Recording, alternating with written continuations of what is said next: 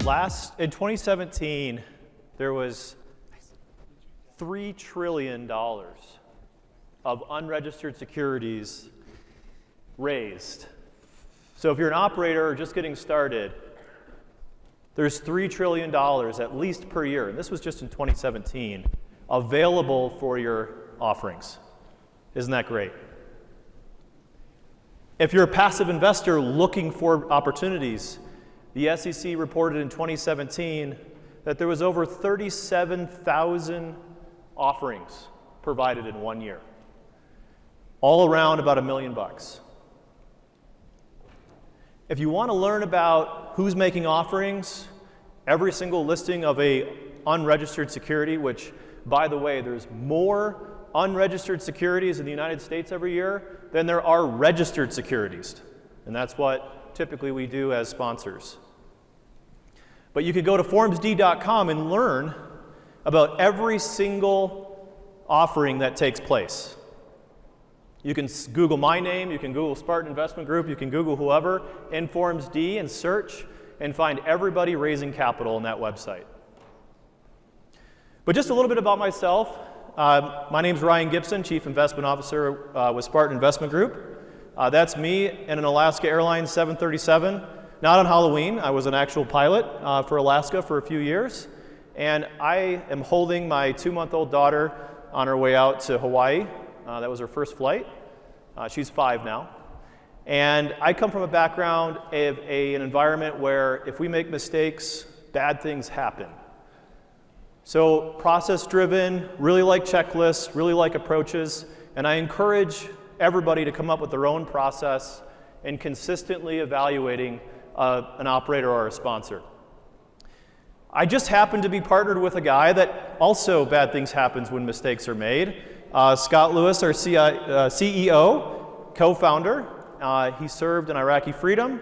That's him in a very challenging assignment, also in Hawaii, hanging out of one of his favorite things, a helicopter. And as Ben mentioned previously, we met at this conference, and I want to stress the importance of the networking that goes on here and the companies that come out of this conference. I'm so impressed with people I met back in 2017 and how far their businesses have come. So it all starts with a good operator. So how do you find them? You can go online. You can go through networking groups like this one today. There's a ton of operators. You can go through fund-to-funds, allocators of capital that raise and place LP investments. You can go find syndication groups like Left Field Investors as an example. Or you can find them through projects. You can learn about how different projects come together through case studies and webinars. But no matter what you do, it always starts with an operator. And building your list of operators is what creates an environment where you can make the best decisions on your investments. So let's talk about that initial interview. Everybody knows you fill out an intake form on the operator's website, and you either do a Zoom call or a lot of those lately, and a phone call, or perhaps maybe you even met at this event. And I encourage everybody to ask better questions. Ask great questions. But I always say start with open-ended questions. Get the operator talking. What was the most exciting thing that happened to you in 2021? What was your biggest regret in what you purchased last year? What's your least favorite deal? Get them talking about where they're at. Keep written notes. I had an interview with a very sophisticated investor today, and he wrote down every single thing that I said as a record. Do that. Build your own Q&A process and be consistent when you're evaluating who to invest with. Review their portfolio of projects. What have they done? What haven't they done? What have been their returns, pro forma versus actual? And ask for referrals, and we're going to touch on that in a minute. And visit their properties. I can't stress this enough. You can take away so much when you visit somebody at their office, at their corporate headquarters. Too many people glaze over the importance of in-person meetups or in-person meetings. Walk a property that they own with one of the members of their team. Talk to their store manager. Talk to other people in their office. Learn the soft skills. What goes on day to day? How are their employees enjoying their work? So, operator or syndicator, it's important to know the difference. Who are you talking to? Is this person just allocating funds with another operator? Or is this person also raising the money and operating the deal?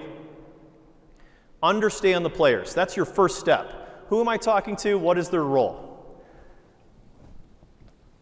Figure out how they're aligned with the success of the project. Do they get a split? Do they get fees? Do they get a little bit of both? How are they aligned with the success of the project? Probably the most important thing in your investing journey. What is the company's mission, vision, values? Does it align with your mission, vision, values, with your purpose? Then ask the great question, how have you upheld your values? How do you uphold your values at your company? Is it just something that they've written on the wall, on their business card? Is it something they just say to attract investor capital? Ask them for a specific example of how their values were tested and what they did. Get that great conversation going with that operator. And then ask them for a recent example. Ask them, what value do you uphold the most, and what value do you uphold the least in the ones that you've listed? That's one of our projects. F1 tornado took it out. This was a RV park in West Texas that relies on oil production and natural gas. And this happened right after COVID, right after the Saudi Arabia-Russia dumping of oil onto the market. We were losing occupancy. COVID was shutting down travel. Oil was going negative, and then the very next day, an F1 tornado came through our park and ripped it to shreds. Not a fun experience. So ask the operator, what have they been through? What has been your worst deal? And they might say, oh, all my deals have gone great. Okay. You either just started yesterday, or you haven't done a deal yet. Something always goes wrong, and you want to assess how the operator has worked through the challenges, recovered the project. How did that investor get communicated to while this was going on? We sent video updates every single day. We communicated with our investors every single day until we had the park back online. Now let's talk about referrals. Referrals are funny. Who here has given a bad referral to somebody? Yeah, I really want you to call my college professor that I skipped class in, right? No. People don't give bad referrals. So it's your job to find the right mix of people to help paint the picture of who you're about to do business with. You find your own referrals. When we were interviewing contractors, we didn't ask the contractor for referrals. We said, who are your subcontractors? And we went and talked to them. And the big smile on their face told us everything we needed to know, that they were great to work with. How about somebody who has invested in 75% of your deals? Who's your biggest advocate? Who's the person who's investing in every single project consistently? A raving fan, right? That's the good, right? Then maybe somebody who has invested in your worst project. I want the investor who's invested in your worst project. You just told me it was that one project where there was a tornado. I want to talk to somebody from that project. And I want to learn their experience of how they handled things going poorly. And lastly, probably my favorite, I want to talk to a person who's only invested in one of your private placements. And ask them, why did you stop investing? Would you consider doing another investment with this operator? The next part is communication plan policy. Let's talk about how the operator intends to communicate with you. What's nice about stock market investing is you can log on, you can see exactly what's going on. That's bad today for some, for most, but you know what's going on with your money. You can click a button, you can get it back. In this game, It's a 5-year hold, it's a 10-year hold, it's an evergreen fund. You don't know, the money's tied up, it's an illiquid investment. So communication provides a lot of transparency that allows you to know what's going on and makes you feel good. We want to know what's happening, good, bad, or ugly. So ask the operator, what is your communications plan? And do you write down the communication policy in your offering documents? Do you put it in your operating agreement, or is it just something you say on the phone? Do you share bad news? Your worst project, can I see the communications that you sent on your worst project? Because I want to see how you communicate when things are bad. Look for a pro forma versus actual. Can you understand where the investor was supposed to land and where they're actually at? And do you share financials on a regular basis? So let's get into corporate versus property due diligence. I'll give you some bad news. If you're a limited partner, it is impossible for you to do proper due diligence on a property that you're investing in as a syndicated entity. I'm sorry, if you're a passive investor, you're not going to look at all the property inspections, you're not going to drive every property, you're not going to look at the title exceptions, you're not looking through the loan documents, you're not looking through the environmental study, the geotech report, the survey. You're not doing any of those things, and that's okay. You're passive. You might look at the offering memorandum, you might look at the financials, but garbage in, garbage out, right? You can do anything to a pro forma. You can do anything to your offering memorandum. The purpose is to sell you, right?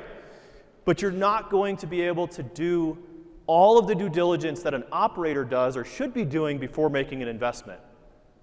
So guess what? Do the due diligence on the company. It starts with the company. The company does not need to have a deal for you to start doing your due diligence. Lots of operators here today to do your due diligence on. Understand their due diligence process. What is it? Can I see an example of your due diligence process from your last investment? Okay, let's talk about insurance real quick. Errors and omissions. If you're raising funds, make sure your syndication attorney has E&O so that if something goes wrong with your offering, they can cover it. Title insurance. Ask about it. This isn't just the rubber stamp that the title insurance company says. It's all the exceptions that could potentially stop you from doing what you're potentially planning to do. If you're doing development, I'd want a good understanding of all the title exceptions on the policy, and I'd want a fresh survey to reduce those as much as possible. What kind of property insurance do you have? What's the name of the company? Is it an A-rated carrier? What do they cover? What don't they cover? Key man policy. What if one of the partners dies? What happens? How do you get the funding to replace that person? And personal liability insurance. Nothing's worse than getting caught up with a partner going bankrupt because of something they did outside of the offering. So really quick, let's talk about operator due diligence. Who here is a GP, general partner? Who is looking to co-GP? Okay, so everybody understands that. And who is a fund-to-fund placing capital into operator projects? Fund-to-funds? Or have done that? Perfect. And then where are our limited partners at? All right, so let's talk about what to do and maybe what's not as important in a due diligence process on a company. This is doing due diligence not on a project, but on the company itself. So you have 3 types: co-GP, fund-to-fund, and limited partner. Everybody does the interview. We beat that to death. Let's talk about Google is your friend. Put my name in Google. What do you see? Right? Everybody should be doing that at a basic level, whether you're a co-GP, a fund-to-fund, or a limited partner. Portfolio performance. Everybody does portfolio performance. Let's talk about asking for previous communications. Everybody should be asking their operator, can you provide me an example of the last 3 communications you sent on a specific project? Referrals. And then once you gather that information, schedule a follow-up call. and ask clarifying questions based on your analysis. Meet multiple times. Meet in the office, meet at a property, meet at a conference. And then this is kind of where it becomes more co-GP or GP or fund-to-fund specific. Legal review, you want to make sure that your entity is subscribing to the operator's offering correctly. Property due diligence, again, limited partners, you should do your cursory research, but you're not going to do property due diligence in the way that an operator or a co-GP would. That's going to every property. That's looking through every single report. That's being on operators' due diligence calls. Company financials, that's the parent company financials. And then criminal credit, PFS, background check. Property due diligence. Now we're switching gears. Asking the operator, what is your property due diligence process? Should look something like this. High level, right? If you want a 700-point due diligence checklist, you can go to our website, Spartan-investors.com, Spartan-investors.com. You can download it for free. This is all the things that we do to complete due diligence on a property. Understand, are you a one-man band or do you have a big team? One-man bands are okay, but this gets us into fees. What are your fees? This is a great question. This is a great opportunity. Everybody, oh, what's your fees and what's your split? Oh, that doesn't seem fair. There's no alignment there. Guys, if there's no ownership, do you think an operator would care if they own 1% of a deal that's going sideways? Right? What motivation do they have? Let's think about this differently. Let's ask, first of all fees need to be disclosed, but how do you plan to spend your fees? On the Maserati? Or are you going to hire 10 people this year to be a good steward of my investment? How did you spend your fees last year? What strategic investments did your company make last year with those fees that you earned? We're going to run through this really quick. We're going to get them all up on the screen. These are fees that you would see at a typical syndication. Apologize for the formatting, it didn't come through. Acquisition fee. Asset management fee, property management fees. Okay, some of these are required. You're going to be charged no matter what. Some of them are going to, as a sponsor fee. Some of them are a third-party fee. If you hire out property management as an operator, you shouldn't be paid property management fees. But if you're doing the property management, you should be compensated so that you can hire people to carry out those duties at the corporate level. General contractor fee. If you're acting as the general contractor and hiring staff and project managing that investment, you should be compensated for those fees. So I get questions like, this guy's got a lot of fees in here. It's like, well, is he providing a lot of third-party services? Or is he just a one-man band collecting a lot of fees? That's a better question. Do they seem excessive? I don't know. Are they doing third party? Are they growing their capacity as a company to do business? And again, how do you plan to spend those fees? Ask the question. So you're probably wondering, okay, so this operator has fees. How do I know that they're allocating them properly? How do I do my back checking? $100 million deal charges, let's say they charge a 1% acquisition fee, $1 million, right? That's $1 million of revenue coming to that company. How many employees should I expect to see?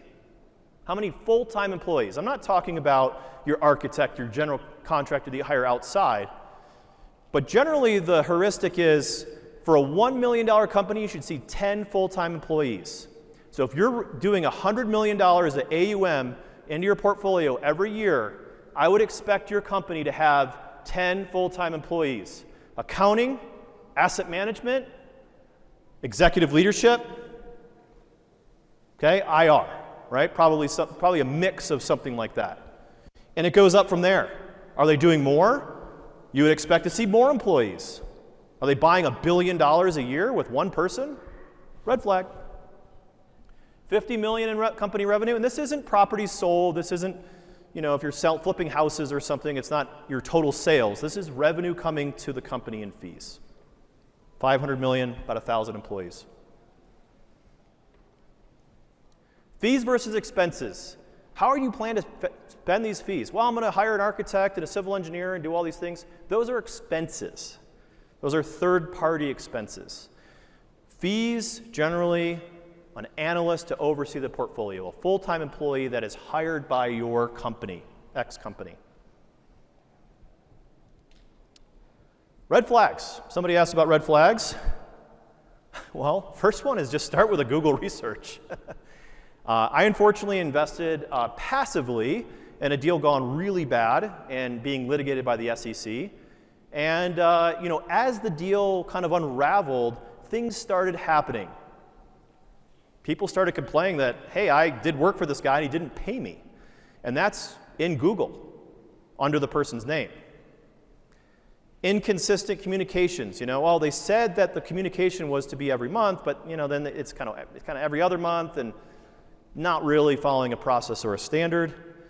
And then obviously SEC complaints, judgments, whatever else you can find online. Exit strategy. The market's hot. We're selling our properties in 2 years at the projections of 5. Right? We're in a rising market right now. So ask the operator, what's your investment thesis? And what would happen, what would make you decide to exit early? Do I have a hand in that decision? And most of the time you don't. But what would the person do, what would the operator do to help inform you of why they made that decision? Well, I'm sick of managing this property, I don't want it anymore, I just wanted to sell it. No. How about maybe financials? Made sense, there's got to be some logic, and this is your opportunity to assess the company's reasoning behind making decisions and why you would want to make an investment. And then ask them, hey, have you sold early? Have you sold anything in less time than projected? And why did you decide to do that? And then if you really want to get comfortable, can you say, hey, can you share those communications with me leading up to that decision? Can you kind of give me an idea of what you shared with your investors in that, so I can kind of fact check what you told me about your decision to exit early? So with that, parting thoughts is just, if you're an operator you want to be an operator and you've never done a deal, all these things apply. Start making good communication strategies, making your investor referrals, getting these things organized so that you can get ahead of the inevitable investor questions. And as an LP, I challenge everybody just to ask better questions. Thank you.